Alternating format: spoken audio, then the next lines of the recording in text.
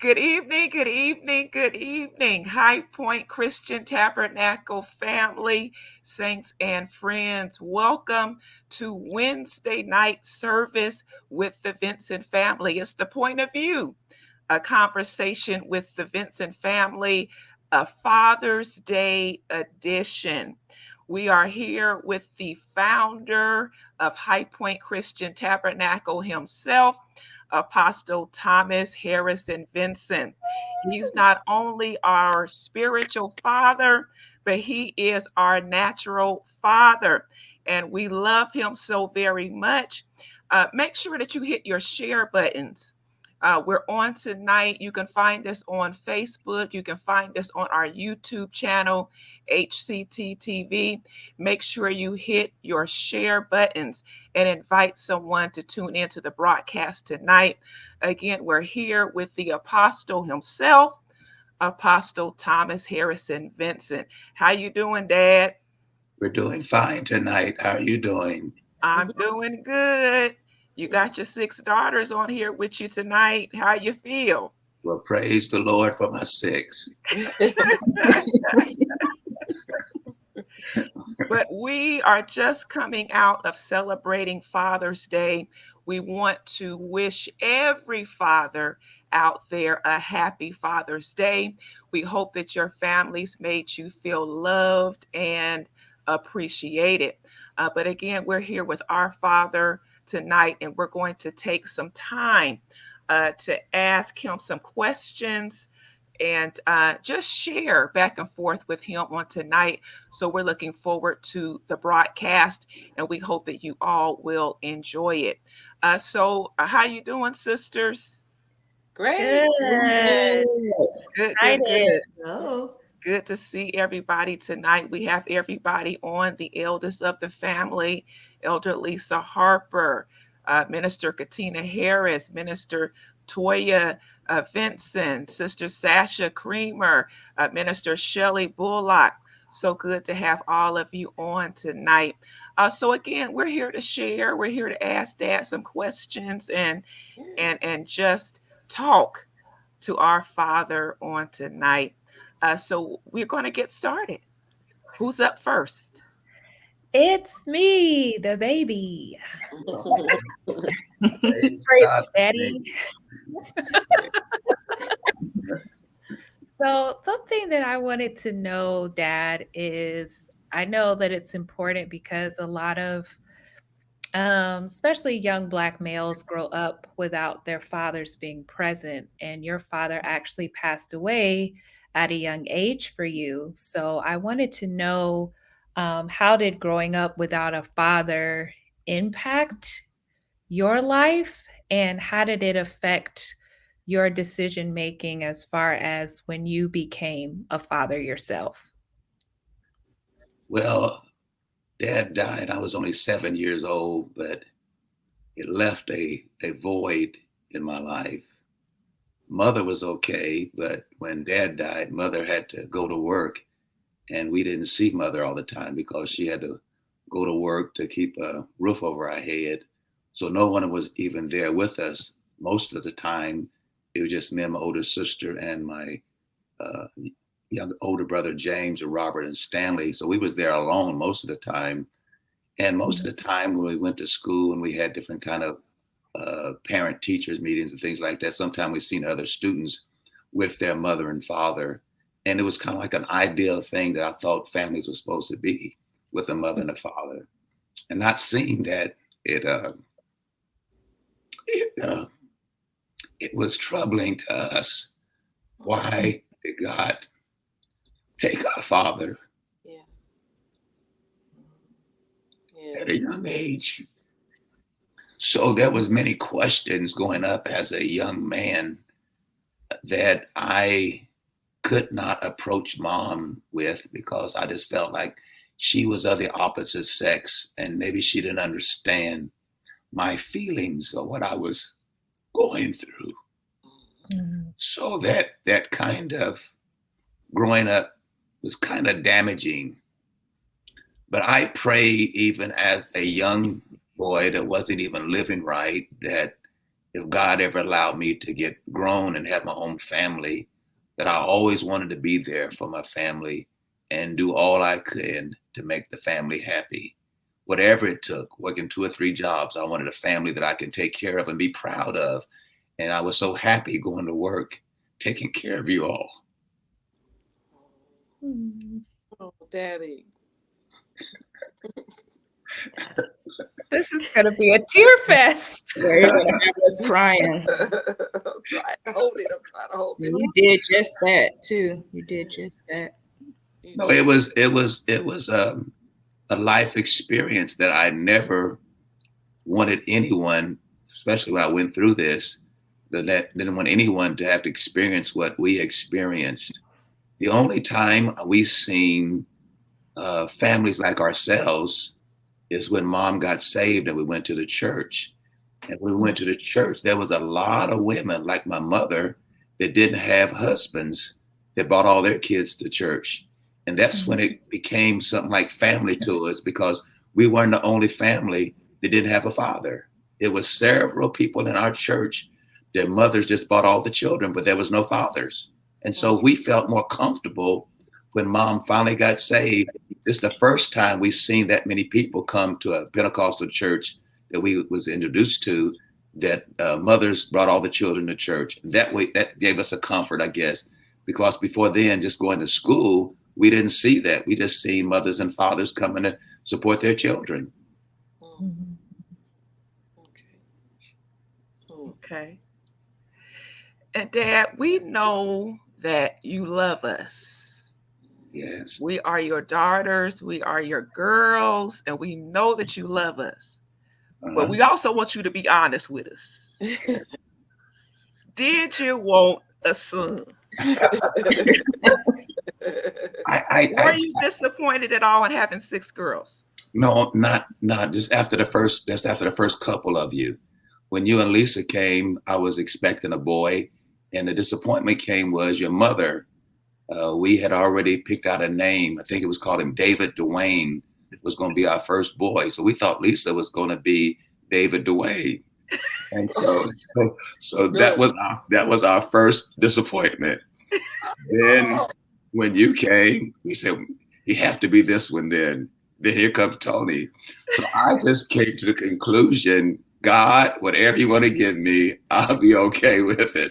I'm not going to plan a David anymore. So I didn't even think of a David's name anymore. No more male names came to me. So I said, God, whatever you give us, we're going to be satisfied with it. Okay. But you know, you wanted a boy to grow up and kind of do the things you did. I was very athletic, and I wanted to get a son and you know, teach him how to play basketball and football and all those types of things. But when you guys came along, you girls, I said, no, I won't do that with them. I'm not going to teach them how to play football and basketball. So that was the disappointment. Yeah. Well, we still play basketball. Well, Dad, you know, I've heard you said before, well, maybe you said it, maybe you didn't say it, but I would want to say that maybe we were the ones that caused the gray in your hair and maybe your hair falling out. What are the most, if you can think of one thing or a couple of things, the most challenging things of raising daughters and the most rewarding thing? I think challenging probably being you guys being girls. I was initially resistance of spanking you all. Now I think had it been a boy, I would have really probably spanked him good. But I felt like you guys was kind of fragile, and if I would hit you too hard, you would break or something. You know, I didn't know. So I withheld some of my, whoopings at you guys, and I let your mother handle that because I didn't know how to handle that period. I really didn't know how to handle that. I never seen my older sister. I seen a couple times mom whipped her, but mother whipped her. Dad was gone. But when Dad was living, I never seen our dad ever whoop my sisters. So I didn't know how to do that. So I just felt like you guys were so fragile and I would hurt you if I really, really spanked you. So I used the technique of trying to raise my voice. I thought that would maybe put fear in you or something. Yeah, But It worked. it did. It worked. and your mother used to use that I guess against you girls. You probably can't remember it. And she would tell me, I told him, honey, when you come home, you're going to get him. So when I came home, I was the bad guy. And you guys used to just kind of run to your rooms. And I was wondering, why are they going to the rooms? And his mom told me, I told him he was going to get him when you come home. So I didn't understand what mom was going. So I learned everything from your mother. She told me everything. I didn't know what you guys was going through. I had at nighttime we went to bed, your mother would tell me everything was happening. But it was a challenge. And you guys being girls and growing up, and my most important thing to me was trying to protect you all from any danger. And that was from boys and everything else. I tried to be a protector and tried to screen everything that was facing you guys because I didn't want you guys to face things that I faced as a young man. And try to put you in a good neighborhood, try to get you the best schools that you could go to so you could avoid some of the things that goes on in inner city, because I was born in inner city and I didn't want you guys to have to go through that. So those were challenging things because those things cost money to live in certain neighborhoods and things like that. That's why I said I would work 2 or 3 jobs so you guys could have the best. Yes. You did, Dad. You gave us the best. You did. You did I that. did. So, Dad, how hard was it? You said you worked a couple jobs. How hard was it balancing being a father to 6 girls while pastoring, being a spiritual father to so many, and working a full-time corporate job, at IBM? That was the most difficult thing I faced. Working 2 jobs was easy before we moved here to Georgia and established a church. So that was easy doing that. But when we came here and we started the ministry, I only worked the 1 job, but I was, traveling in from Marietta all the way downtown to 14th and Peachtree Street. That's the sacrifice that I told your mother that I would make to make sure you guys got in a good neighborhood and a school system. Now, my brothers, I would have probably liked to move into Midtown or something like that, somewhere closer to my job. But it was a sacrifice that I made that make sure that you guys were going to be safe. Now, doing that, when we started the church, driving way into Atlanta and then coming back out to Marietta and picking up your mother and yourselves and just I'm going to church for Bible class. At that time, when we first started, I was doing Bible class on Tuesday night at a senior location. I was doing Bible class on Wednesday night at the church. We had church on Friday nights, and then we had church twice on Sunday morning and Sunday night. So it was very difficult trying to do all those things. I told the saints that they couldn't call my job, so they called your mother, and everything that I had to do, your mother would write it down. So sometime even after work, I had to go to the hospitals and pray for people and things like that. After Bible class on Wednesday, I stayed sometime to 12 o'clock at night doing counseling sessions because I couldn't see the saints during the daytime. So those things were draining. I wasn't getting a lot of rest. It wasn't you guys that caused the hair to come out. I wasn't getting proper rest. I'll be honest with you. I was wearing down. But I was younger and I had the vitality and the strength, but I still was a human. And sometimes that was stressing me to try to do all of these types of things. Then on Saturdays, you probably can't remember, we was going out in the neighborhoods, witnessing and passing out flyers. So I didn't have a weekend off. I didn't have weekends off. My weekends were all full. So those things were draining, taxing. And until God spoke to us, what was 7 years after we had started, and the Lord talked to me and told me it was time to come off the job. I really resisted that at first because I've worked all my life after I got out of the military. All I knew was work. And so when the Lord spoke to me about quitting the job, it was a great faith work for me. It was a faith task. Mom, your mother haven't worked since she was pregnant with Latoya. She haven't worked in 46 years.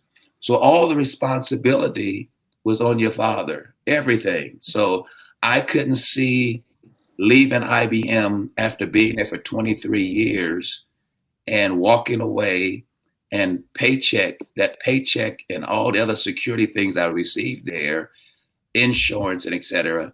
I told God I really didn't want to do that, but I wanted to be obedient.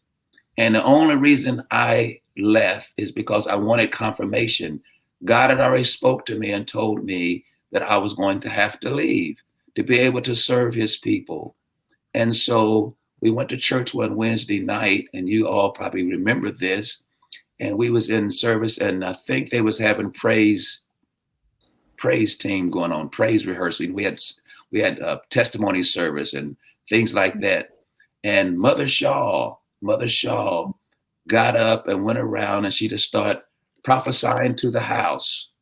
And later on, she came and stood in front of me and said, Pastor, your way is already made. Obey God. Obey God. God got you covered. Your way is already made. And I didn't tell nobody. I don't know if I even told you guys. I told your mother, but I don't know if I even shared that with you all. And when I got that word of prophecy, that was what I needed. And I was determined that I was going to obey God. Fear gripped me, not about leaving, but before I decided to leave, fear gripped me by being disobedient to God. I went down 75 one day, and because I was disobedient to God, could have had a car accident, anything, and lost my life by being out of the will of the Lord. This came to me because of you all's grandfather, Grandpa Beecham, went through the same thing. He was quitting his job, and he said his wife badgered him about quitting because they was losing income in the house. He decided not to quit. And I think he quit for a while, and his wife kept on badgering him. He went back to work, working for some meat company. And he said when he was working for this meat company, he slipped on something and fell off the thing and hit some concrete on his back and head and start bleeding. He was having internal hemorrhages, and they had to rush him to the hospital. And your grandfather had lost a kidney. He said while he was in the hospital, he seen the hand of the Lord come down through the floor in his room. And he said the Lord spoke to him and said, I see somebody is not going to obey me. He said from that time on, he obeyed God, regardless of what finances was not coming in. He said, I will never do that again because God showed him grace and spared his life. So that helped me when I made my decision. I thought about my father-in-law. I said, I don't want to make the same mistake and lose my life over a few nickels, and I'm going to miss out on eternity. What does it profit a man if he should gain the whole world and lose his soul? So I was satisfied. When I walked off. And you girls know, we never had a hungry day. God supplied Yes. Yes, he did. Yes, all yes. of our needs according to his riches. And we can say, thank you, Lord. Hallelujah. Yes. Amen. Yes. Thank you, Jesus. Dad, what encouraging words can you give to all the other fathers out there considering like all the other previous questions we just asked you, you not having a father, having to learn how, and then more importantly, specifically, is there something even special you could say to the fathers who father daughters? I'll say daughters, and we're known as PK kids, so it's kind of a threefold question. But what can you say to encourage other fathers? Other fathers that have daughters, or other fathers as in general? Fathers in general, and then I said just put a little nugget in there for those that are girl dads. Well, fathers in general, I would just like to tell them and encourage them is be totally obedient to God. Live a holy and sanctified life. And regardless of what you're going through or how many children you have, because I want to say this, most people have a lack of want to have big families. And some people are afraid to have big families. They just want one or two children and that's it. But I can tell all the men out there and fathers, God will take care of you. He's made you a promise. And because he's made you the promise, the one that made you the promise is the one's going to keep it. Now, if you ask somebody else that, they can't keep their promises. But whatever promise God made you, he's going to make sure he delivering your good. Right. Now, with the girls, I didn't look at it when we were younger. But as we got older, you girls has been a great blessing. I thought about maybe if we did have a David Dwayne, he might have not even want to go to church, and I'd have to fight him if we don't want him to come to church. You girls went willingly. You didn't reject going to church. You got in there. You were active.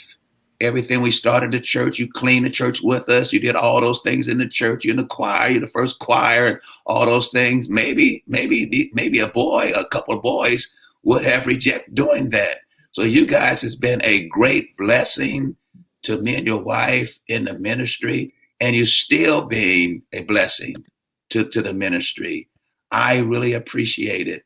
I didn't realize how blessed we were and how blessed we are when we had you guys as children, and growing up and seeing how you all have developed into nice, beautiful young ladies. It's marvelous. It's marvelous. It's marvelous to see what God has done. We came down here, me and your wife and your 6 girls, 8 of us. Number 8 means new beginning. Now God has stretched us out to 26. Yeah. What a mighty God we serve. Yes. Hallelujah. Yes. Hallelujah. So you all have been a great blessing to us, and me and your mother are so proud of you and so proud of how God uses you in the ministry. And I would like to say to you all, don't hold back now. Dad and mom is getting older. Y'all been trained. Y'all know the word. Now let God use you to his maximum, and don't hold back. Don't let fear grip you. Always know that God at the set time and hour are going to give you the words to say. You're not going to know what to say all the time, but when you live in his presence, he's going to give you the words to say at the right time. At the right time. Yes. Thank you, Daddy. Well, I have to say this before Tina asked her question. We had excellent examples.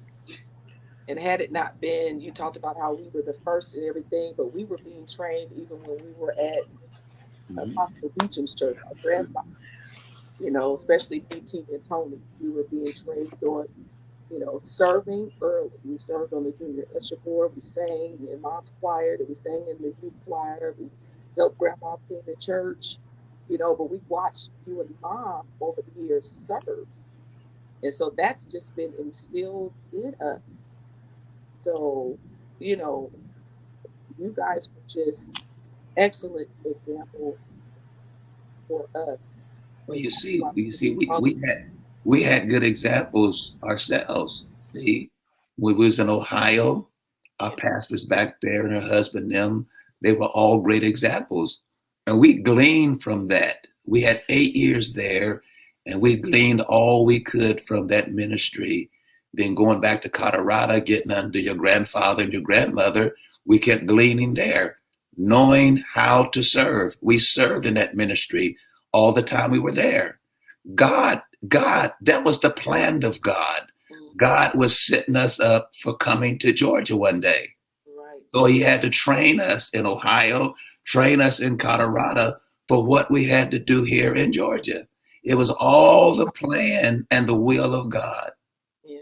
When you look back on it now, when he was going through it, you can see it. But now you can look back and say, oh, now I see what the Lord was doing. Right. We definitely didn't see it when you told us we had to move to Georgia. Yes. We had to move because we were so used to living around family. We had your family in Ohio, mom's family in Denver. So we definitely didn't see the plan of God. I think we were crying like dogs on that plane. You and mom was trying to make it, so joyful and like, yay, like it's a new adventure. We were like, no. But yes, now looking back on that we can definitely see. Now you understand the scriptures when God spoke to Abram. Yes. Leave all your kin folks. Yeah. We left them in Ohio and we left them in Colorado. Yes. And God led us down to this place. And God told us he was going to prosper us in this place. Yes. And he has. Yes. Yeah, we had an Abraham experience coming down here. Never thought of it that way, but you're right. Had to leave all our family. All we had was each other when we came down here. If you can remember, all we had was each other. And those were fun times. We didn't know anybody, and I wanted you guys to be happy. And you can remember sometimes, almost on the weekends, whenever we had a weekend free, we'd go out to Stone Mountain and things like that and watch the fireworks and things like that. All we had was each other. And God blessed us, when we came down here. And we're so thankful because God was watching over us. Yeah. Yes. Amen. Tina, can she hear us? Can you hear us, Tina? Hi. Okay. Yes. Okay. Dad, Yes. what are some of your fondest memories of us growing up? Oh, wow. There was too many. I know. I think around the holidays, the Christmases, some of the Christmas holidays, 'cause I can remember you guys was so excited, and we would put you guys to bed early, and we had to stay up sometime. Your mother and I did all night back in those days because we was trying to put y'all's little kitchen stuff together, and it took bolts and nuts, and we'd be up all night long trying to fix those stoves and refrigerators. And y'all was asleep, and we didn't get into bed till around 2 o'clock in the morning, trying to get the stuff all set up for you guys in the morning. And then you guys would wake up at 6 o'clock in the morning and come in our room and jump on the bed ready to open up your toys, and we were half asleep. So we just came out there in our pajamas. I think we got some old pictures. We had our pajamas on, and we just came out there and got under the tree with all your toys and just had a great time. Those days was priceless doing those things, and our family vacations was wonderful. I think we went one year down to Sanibel Island. Y'all probably can't remember that. Shelly was the baby, and we would get up early in the morning time because that was called the seashell capital of the world. And we would get up early in the morning time, be still dark, and get out there on the ocean beach and be picking up all those shells. It was a good. Then we'd take it back to the hotel, put them under the bathtubs and wash them all off. Wash all those shells off. Your mother didn't get up with us all the time. She stayed in the bed asleep. So I just took you 6 out there with me and went up and down the beach picking up seashells. the most comical thing was we got in the car, getting ready to come back home. Shelly got in her little bag. You all had your own bags of shells. Shelly gets in her bag and she said, "Oh, look at here. I see some eyes in this one." So some of the shells were still alive and we didn't know it. And Shelly found some that still had some eyes in it. And we stopped on the bridge. Y'all can remember, I stopped on the bridge and had to take the thing and throw it back over there in the ocean. Those are good times that we had. And now, since y'all been grown, it's been thrilling going down to Destin and renting a house and seeing second and third generations together. All of you guys were out of the house. Then we go down to Destin. Now all 6 of y'all back in the house and with y'all's family. Yeah. Those were astonishing to me. I look around and say, "Man, what kind of tribe have we got here now?" But those were good. We sit down and each one of you guys was preparing like a breakfast each morning and things like that. Those were so much fun doing that. Each one of you had a different date for breakfast or lunch or dinner, and then we go out for dinner. These are good times. These are good times. Me and your mother enjoyed that. Your mother said she would never stop that. And she wants you guys, if God ever take us home, she wants you guys to continue that with family. We enjoy family fun together. We do too. Yes, we absolutely Love do. it. We really do enjoy each other's company. Yes. So, Yeah. Dad, we thank you so much for sharing. We thank all of you girls for all the questions, and um, we've had some really good times. We did. Yeah. You know, one thing you guys have always done is kept God at the center of our family. And you guys have been great examples. And it was always God this, God that, the Bible said, the Bible this, the Bible. One time I was like, "Dad, can you give me something besides scripture?" My God. Man shall not live by bread alone, but by every word that proceedeth out of the mouth of God. That And always has a one of scripture. the most important thing is that always keep a good name. Yes. We thrived on always treating everybody right and also live a godly life. Live the life that you preach about, and that's what we preach and that's what we live. And we Yes. would never want our name to become a bad name, a Vincent bad name nowhere. It wasn't bad in Ohio, it wasn't bad in Colorado, and it's not going to be bad here in Georgia. Just Right. keep a good name. Yes. It's important. Absolutely.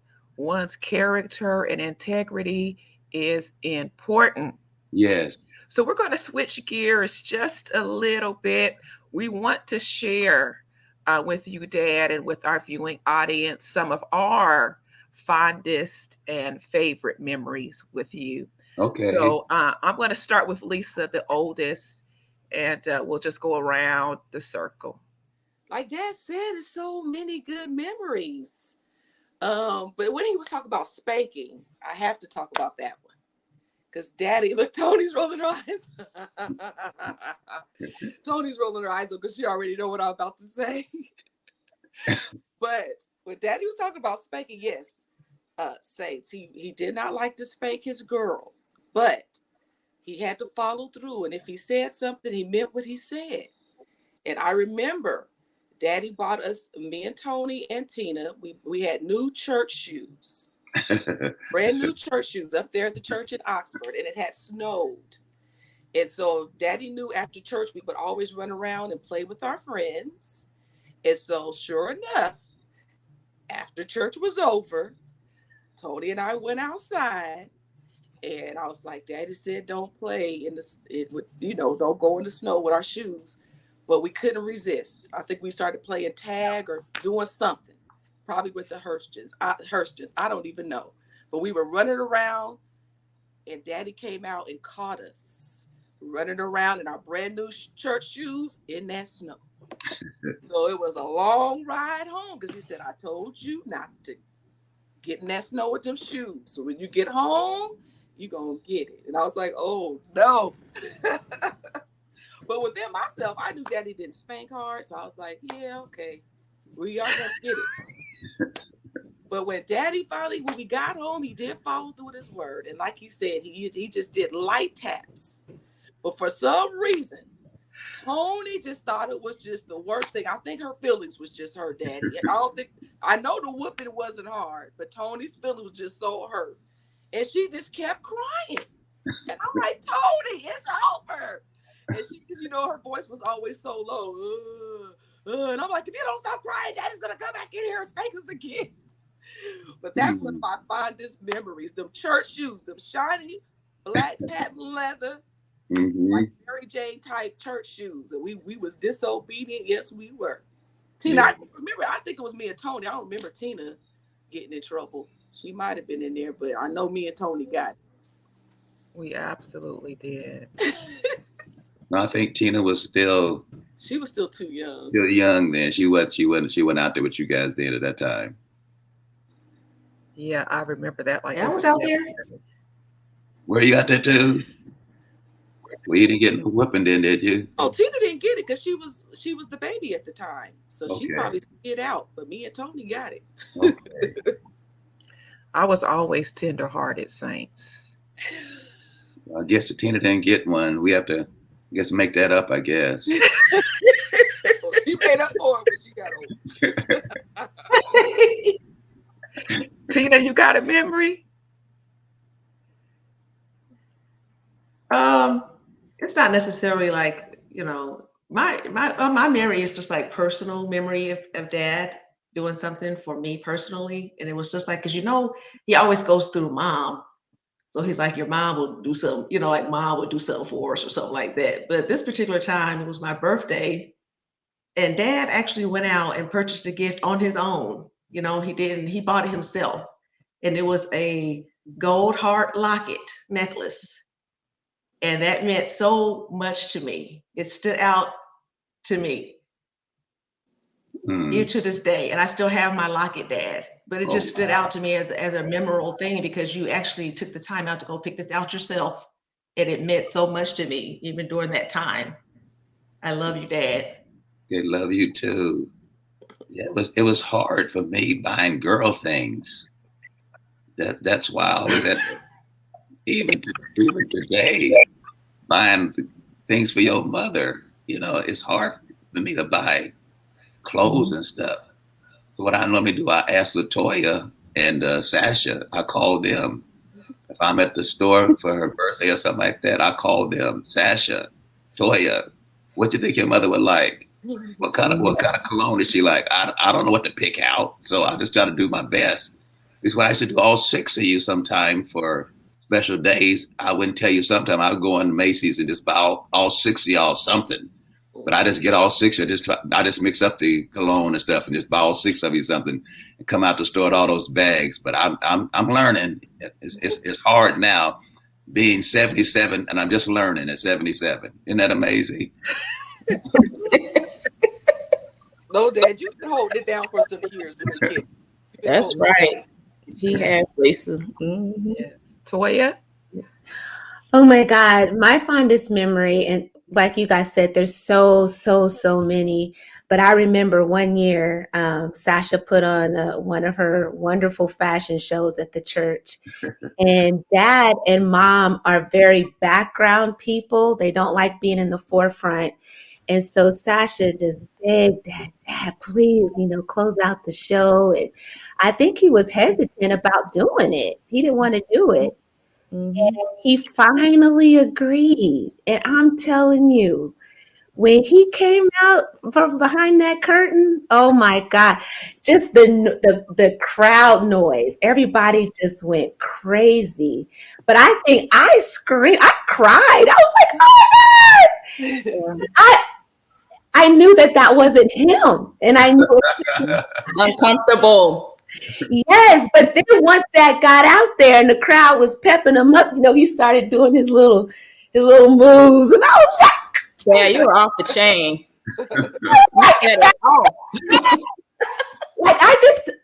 That moment, it's like that is my hero. Mhm. I almost felt like you was at the free throw line at a basketball game and the score is tied. There's only 1 second left on the clock, and you have to make that one shot. I was just like, oh my God. So that's one of my memories. I love you so much, Daddy. I love you too. But that's hard for me because I'm not into fashions, and, and y'all try to put stuff on me that I don't want to wear out there. So that was very hard for me to do that. Yeah, and Sasha has a way of convincing people. Always had that touch with Daddy. No, Sasha?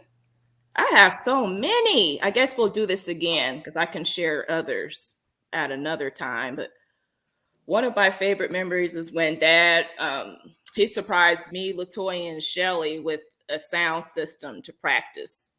You remember that, Daddy, at the house?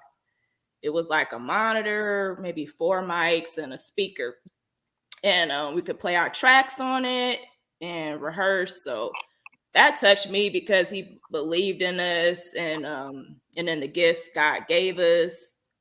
He wanted us to cultivate the gifts and to prepare ourselves, for what's ahead. And I remember Dad telling me one time, Sasha, preparation, preparation, preparation. He told me that, and I never forgot that. Be prepared, because you never know when an opportunity will arrive and when God is going to open the doors. You got to be ready. So I always appreciated him, for the love he showed us down through the years. And before we had a manager, him and Mom were our managers. He invested in us and believed in us and encouraged us to keep going. So that means a lot to kids when your parents push you and encourage you. So I just wanted to tell you that I love you and appreciate you for Love that. you too. Yeah, that's something that is to be expected when you have parents, that your parents see the giftings that you guys have in you and can push you toward that gifting so you guys can perfect it. And I tell you, that's what happened to me when at a young age, was with no father there. We didn't have anybody to push us into that. But I felt like you guys were worth every bit of it that me and your mother invested in you, because we've seen the giftings in you all. And we thank you for it. We love you. We love you too. Shelly? It's my turn. Um,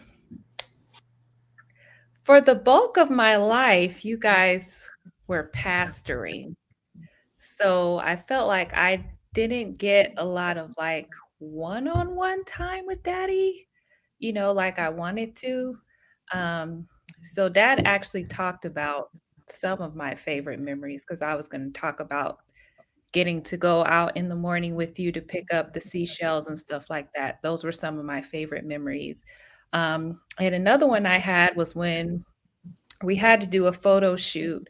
This also was out of your comfort zone. Really, anything that has to do with media is out of your comfort zone. But I feel like God used the pandemic to take you higher in the media area. But we had to do this photo shoot for the Angel magazine. And it's still one of my favorite memories because me and Daddy were featured together in a photo. And they were telling Dad to do things affectionately that he didn't normally do. They're like, oh, can you touch her face? Or can you embrace her? And Daddy was so uncomfortable. But I was like, come on, Dad. You know what I'm saying? But I think like showing that type of affection was pushing him, but he did it, for the photo shoot. And, you know, I felt very special in that moment because, I think that, like I said, I didn't get to share a lot of personal moments like that with Daddy. So that like stuck out a lot to me. And I don't know, it did something to me internally, like Okay. um, feeling that affection from you changed something in me, if that makes sense. And Yeah. so it's like it was something that I always craved, and in that moment I got it, you know? Okay. And then as we, I felt like as I've gotten older, I've gotten to know you so much better, than I did when I was younger, and our relationship has flourished more. And I think it's because we've been able to have more meaningful conversations.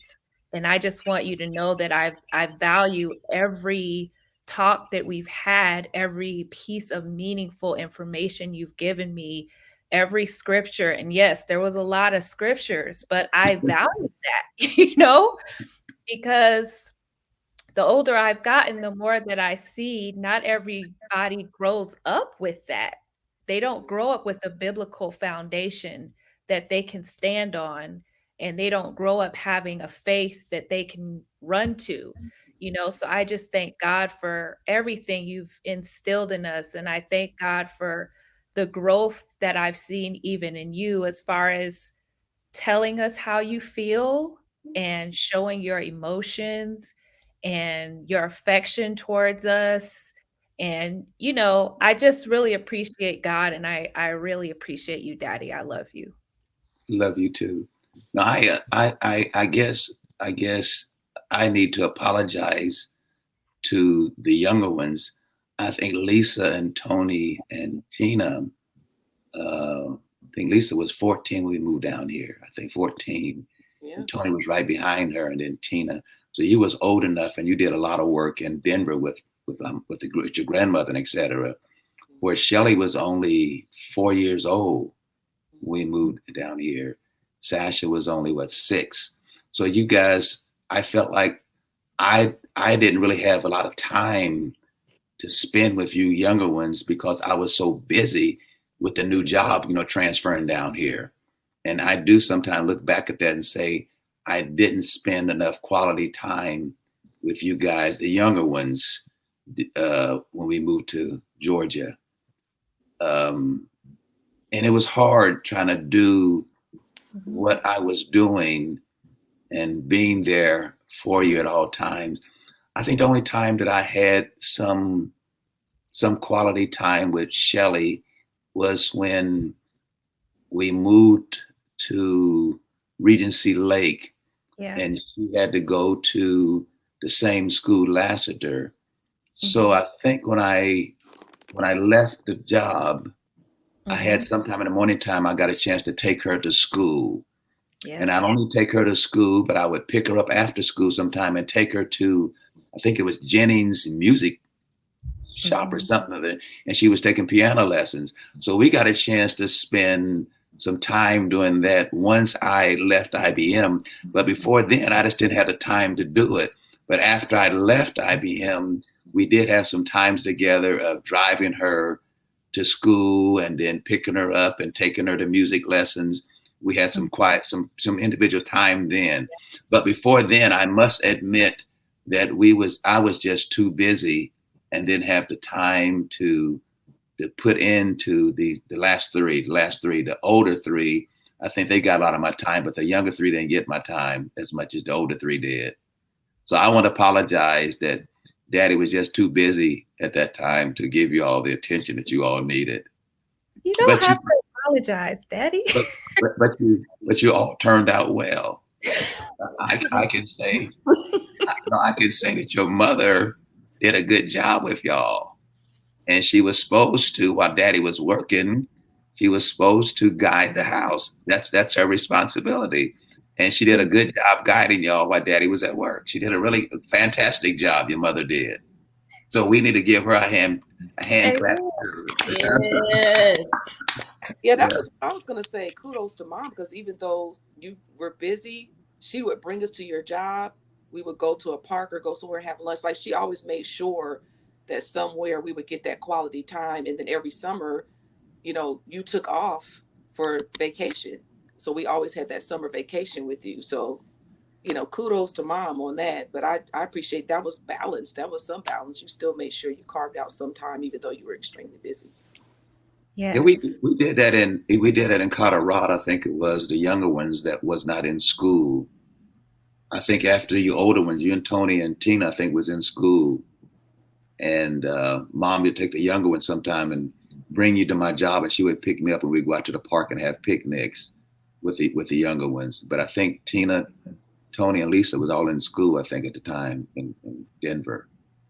So, but our younger ones, we did spend some time in the park and having picnics. Absolutely. Well, um, one thing I can say is I think it was Christmas time.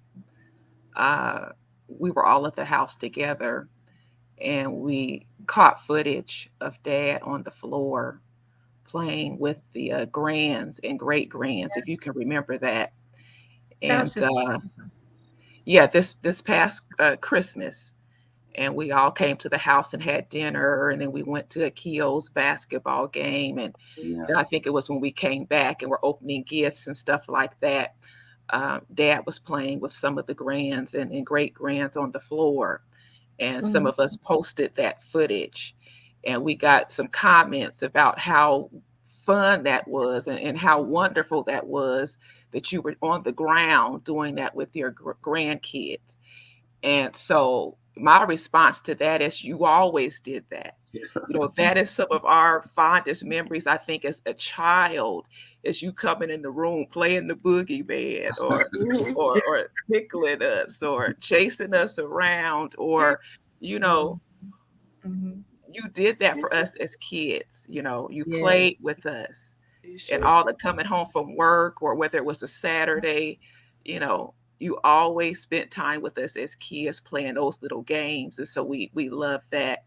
Um, and one thing I also want to comment on is I love to hear you laugh. I love when you get to going.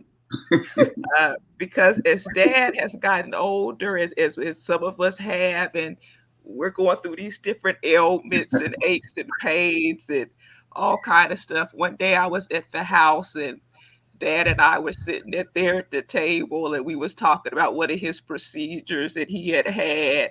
And I mean, Daddy, we cracked up. I mean, I think that was probably the time we laughed the most and the hardest in my life. Mom even came in a room and was like, "What is y'all laughing about?" And so we Yeah. has this tendency to ask her for backup. Carol, did that happen? Carol, tell him what the doctor said, Carol. That's his backup. But Daddy, when we were sitting at that table talking about that procedure that you had done, I'm telling you, you Yes. had to laugh that day. Yes. Yes. A lot of procedures, Tony. A lot of procedures. And I won't go into what it was, but I'm telling you, it wasn't funny, but it was funny, because he went through some pain, but it was so funny. It might have been when I had my foot surgery, Yes, yes, and yes. I had to go back to the doctor because I was having some pain, and they misdiagnosed me. And so the doctor took both of my feet and put it in their lap and started massaging it. And they said, "Mr. Vinson, you have arthritis in your feet." And I said, "How do you feel arthritis?"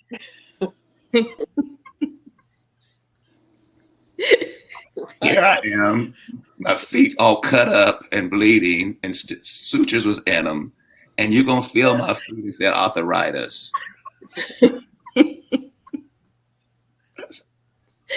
I said, somebody's misdiagnosing me here. So I'm feeling my feet. I thought you couldn't feel arthritis. Yeah. So, I've gone through so much with these doctors trying to diagnose me. I tell you, Tony, it has challenged me. I tell you, but through it all, God is keeping me. I tell you, He's a keeper. Oh, yes, he is, Daddy. He is keeping Yeah, you. I done been through so much.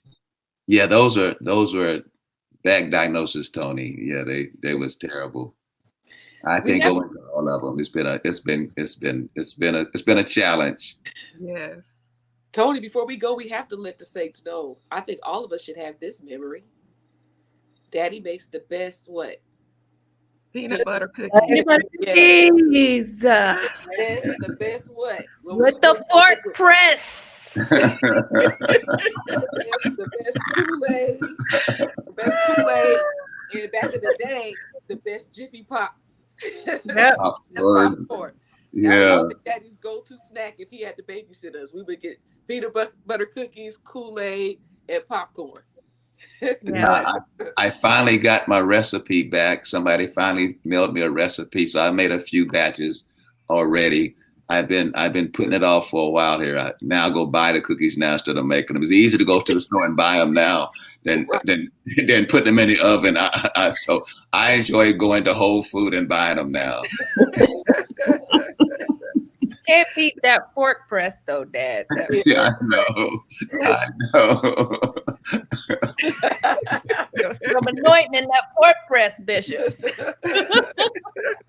We enjoyed doing that when y'all was growing up. Just fun in the house, making those types of things, the popcorns and the cookies and stuff like that. That was fun times. And I don't know what people look for when they talk about fun times. You know what young people are looking for today. You guys didn't look for that. We had fun among ourselves. We had much fun together in the house, in the yard.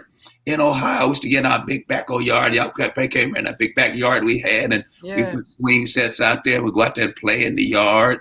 And I think y'all bought a dog. Y'all bought a dog named Smokey or something, didn't you? You bought the dog, Shady. Shady, that's his name. Shady. Yeah. Shady. That dog was horrible. But we had fun right there in our own yard. We had fun, and every year. I don't know if Tina was involved with it. I know Lisa and Tony was involved. And we used to go up to the state fair every year in Ohio. Yes. And one of the most comical thing was, y'all was young then. I guess she was we moved back. Y'all must have been about 5 or 6 or 7, 5. 5 or 6. So we left there. Y'all was what? And Tina went to Denver. That must have been like 6, 7. 8. I was 10. I was 9 because I started 4th grade in Denver. When I was to take you guys to the fair, y'all was a little bit younger sometimes. Yeah. Maybe 5. Y'all can remember this. We went to the fair, and me and your mom bought y'all some balloons, and we tied them on your arms, and you guys were just so, wanted to get the balloons off your arms, and y'all loosed the balloons off your arms, and the balloons began to go up in the atmosphere. And I think Tony and Lisa talking about, Dad, catch the balloons. Go up there and get the balloons. Yeah, we did. Yeah. Y'all thought I could just jump up there, 50 feet and catch the balloons while they was rising up in the air. But those were good times in Ohio, going to those state fairs just with the family. Mm-hmm. Those were good times. Well, Daddy, that's because you were our hero, like Toya said. You still are. So we just believe, Tony and I believe you can do anything. So we were like, Daddy, get it. We still believe that to this day, Daddy. We love you so much. You are our hero. And Shelly was the baby. If y'all can remember, the last time we went to the state fair, she was just born. I think Shelly was only about 6 months old, I believe, or something. And we went to the state fair, and then we left and took y'all all the way up to Niagara Falls. Yes. Oh, yeah.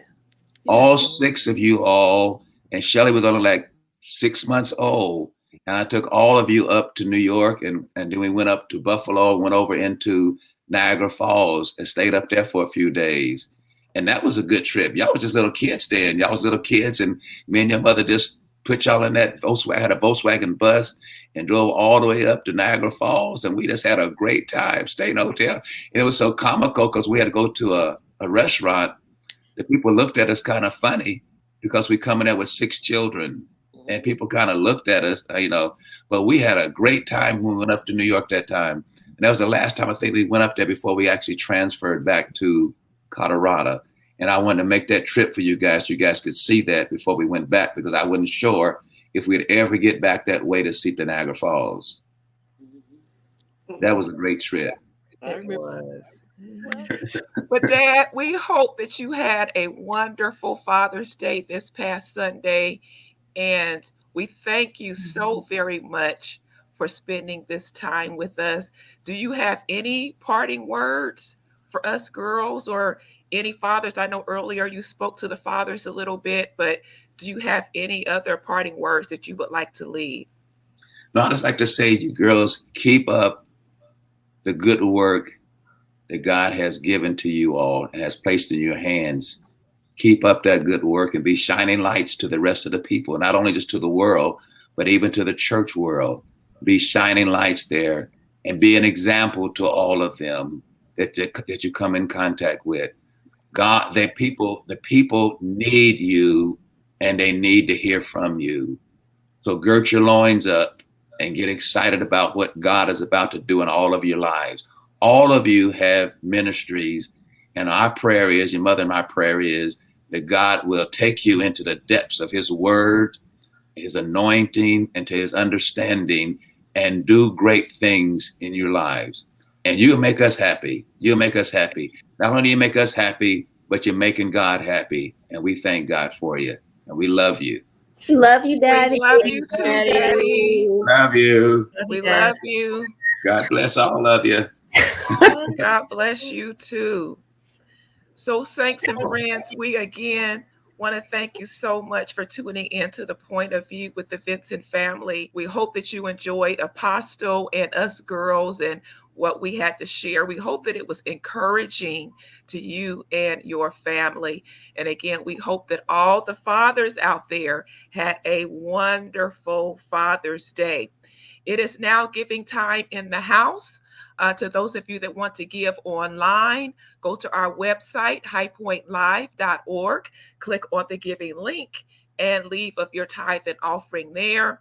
Those of you that want to send your giving by way of mail, you can send it to High Point Christian Tabernacle, P.O. Box 813-699, Smyrna, Georgia 30081. And also, we would love to have you worship with us there at the Point. We are there in our live worship experience every Sunday morning at 11 o'clock a.m. There's no need to register anymore. The doors of the church are open to any and everyone. All that we ask is that you bring a mask along with you.